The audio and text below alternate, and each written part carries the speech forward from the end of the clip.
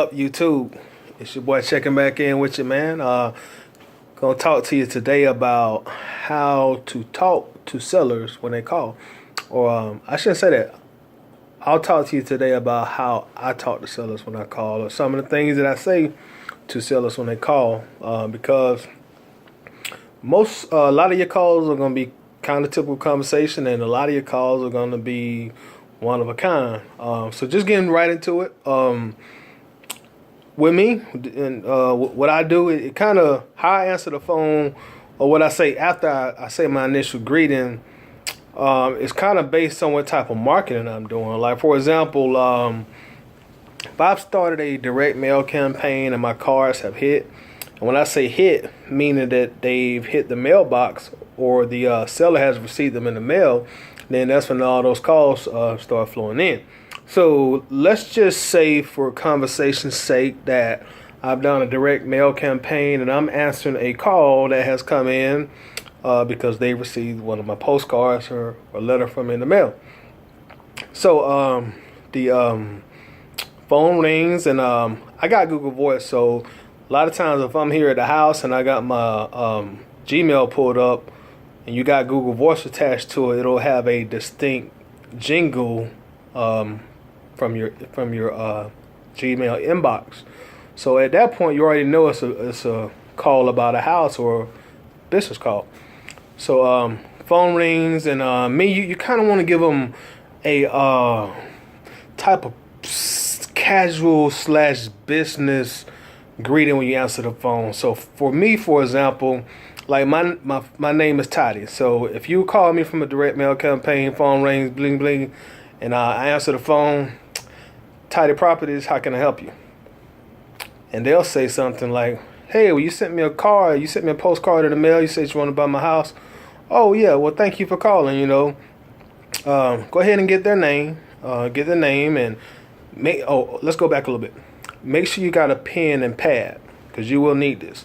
So once you get that seller on the phone from your mail campaign marketing, get their name. We'll say Johnson. So Mrs. Johnson has called me. Okay, well, thanks for calling, Ms. Johnson. I'm glad you called me back about my postcard. I'm just gonna get a little quick information on your house, if that's okay with you, if you have the time right now. Oh yeah, sure, I got the time. All right. Well, then she called in from direct mail. So my next thing I'll say from direct mail, can you verify the address of the house, please? They'll give me the address, 123 Bird Street. So I'll write that address down. Now, at that point, you kind of want to, sometimes you'll get a seller on the phone that they're going to just give you all the information up front. I want to sell my house. This is why. This was going on. It's a 3-bed, 2-bath, 1,800 square foot. It sits on 0.85 acres. A lot of times your sellers will just start blurring this information out to you before you can even finish your initial spiel. So that's why I say have your pen and pad ready, because sometimes you got to just be ready to go. But yeah, you go ahead and verify the address with them. Write their name down. And from the point of phone call, as you get the information you need, you are building rapport. This is crucial. This is very critical. You got to be a rapport to customer. So go ahead and write Mrs. Johnson's name down. And throughout the call, as she talks, let her know that you are actively listening. And do listen, because they're going to start giving you buying clues as they call in, especially motivated sellers. You're going to know you're motivated sellers because they're going to tell you the reason why they're motivated. And sometimes your job is you got to dig it out to them at times also. So we got Mrs. Johnson on the phone. We got her name, we got her address. And you want to ask her something like, okay, well, Miss Johnson, can you just tell me what kind of repairs are needed on the house? What repairs or improvements are needed on the house right now? So she'll go ahead and start telling you what repairs are needed. You want to start writing this stuff down as well. Write down what she tells you. She say, well, it needs a new hot water heater, or the air conditioning unit went out on it. Write all that stuff down. And even if she tells you stuff like, well, I just put a new roof on it 1 year ago, write that down. Because now you already know, well, I ain't got to worry about estimating roofs in my repairs because they just got one a year ago. So if anybody got a roof a year ago, if they generally got it a year ago, the roof, 98% of the time is still going to be in great, excellent condition. So That would always be out of the way. But she tell you about the repairs, you write all that stuff down. Just start building a rapport with them. Like I said, if they're motivated, they're gonna come on the phone talking. So they're gonna give you a lot. Start building up rapport with them. Make sure to address them by their name as you start engaging and talking with them. Address them by their name, because subconsciously, if you're addressing them by their name, you tune them in, and they know you were actually listening to them. Because again, you want to be a rapport with them. You want to let them know that you are here to solve a problem if they truly have an issue, and you want to be the person to solve their problem and solve their issue. So yeah, just build up rapport with them. Get the repairs on the house. Another thing that I love to ask every seller I get on my phone, and this can't, you gotta, as you start taking more calls, you'll know when how to kind of slip this question in, because you got to say it at the right times in some cases. If you don't mind me asking, Ms. Johnson, why are you selling your home? Bam. Now, if they motivated and you got the rapport where you need to be, that's where you're going to get a lot of what you need. Why are you selling your home? Well, I inherited the house, and I just need to get rid of it. I inherited it. So-and-so passed away, and I've had the house for 2 or 3 years. I rented it out, but I'm just ready to get rid of it. It's becoming a headache, and I'm just calling because I need to get rid of it, and see what you guys can offer me. There we go. We got the root of why they call. Now, you got to solve that problem and get that house out their hand, because they're motivated. They called you. They're motivated to sell. They've inherited a house. They're not living there, more than likely. The house needs some repairs done to it. The taxes are probably behind on it. It may be unkept. So bam, there you go.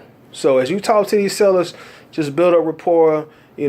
Ask your key questions. And initially when you start, you may want to develop your script. Maybe I'll do a video later on talking about proper scripts, but write down certain stuff until you kind of get the hang of it, and you kind of get yourself in your own personal systematic pattern. Until then, get your questions in front of you, but it's key. Don't sound like you're reading the script to these people.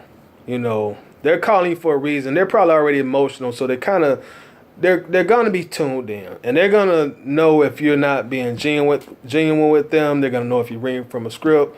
So it's the sooner the better you can eliminate reading from a script as far as your questions go, the better, because then you're more natural.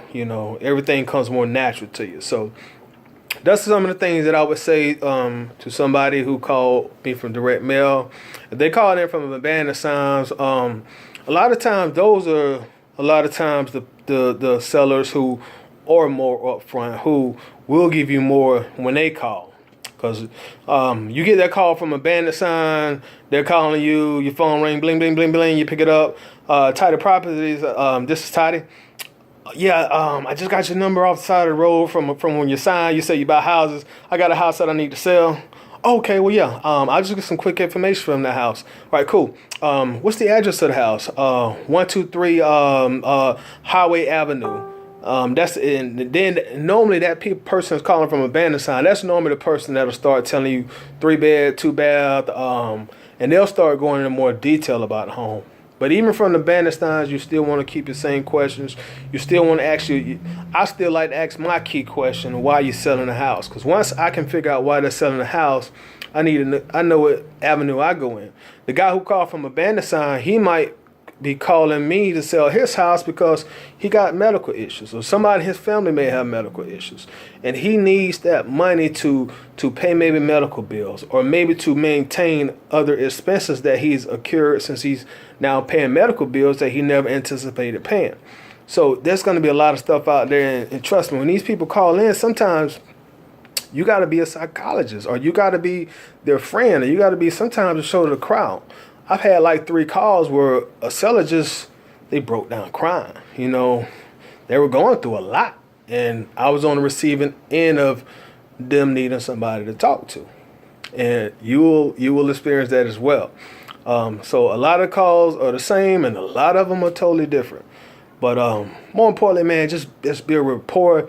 If you've ever worked in retail or customer service, use those skills that you were trained to do at that job, because they're very important in this profession. You know, building rapport. You want to build a bond with them. You definitely want to sound like you know what you're talking about. Even if you don't know what you're talking about, don't let them know that you don't know what you're talking about. You know, so you definitely want to sound confident. You want to sound knowledgeable, and you want to be solution orientated. You know, and you know, kind of mirror your personality sometimes based on their personality or their tone or how they're talking. But don't get out of character. You know, crack a joke with them. You know, make them smile, make them laugh if you can. And you won't be able to do that on everybody. But what I'm trying to say is just find a way to break that ice. You know, find a way to get them to open up. And that doesn't have to be a 40 or 50-minute call, but just give them the impression that you're a person, you're running a business, and at the same time, you are here to help them out of this situation. Because 65-70% of your calls, they called you because they're in a situation. A lot of times, it's an emotional situation, financial situation, distress situation. So you're gonna get a lot as you start answering those calls. But let me go, man. I don't start getting on here and I run my mouth sometimes. Video already 11 minutes. I could have kept going talking about it, but not gonna waste too much more of y'all time. As always, man, subscribe to your boy. Subscribe to me, man. Tell a friend. And as always, be good.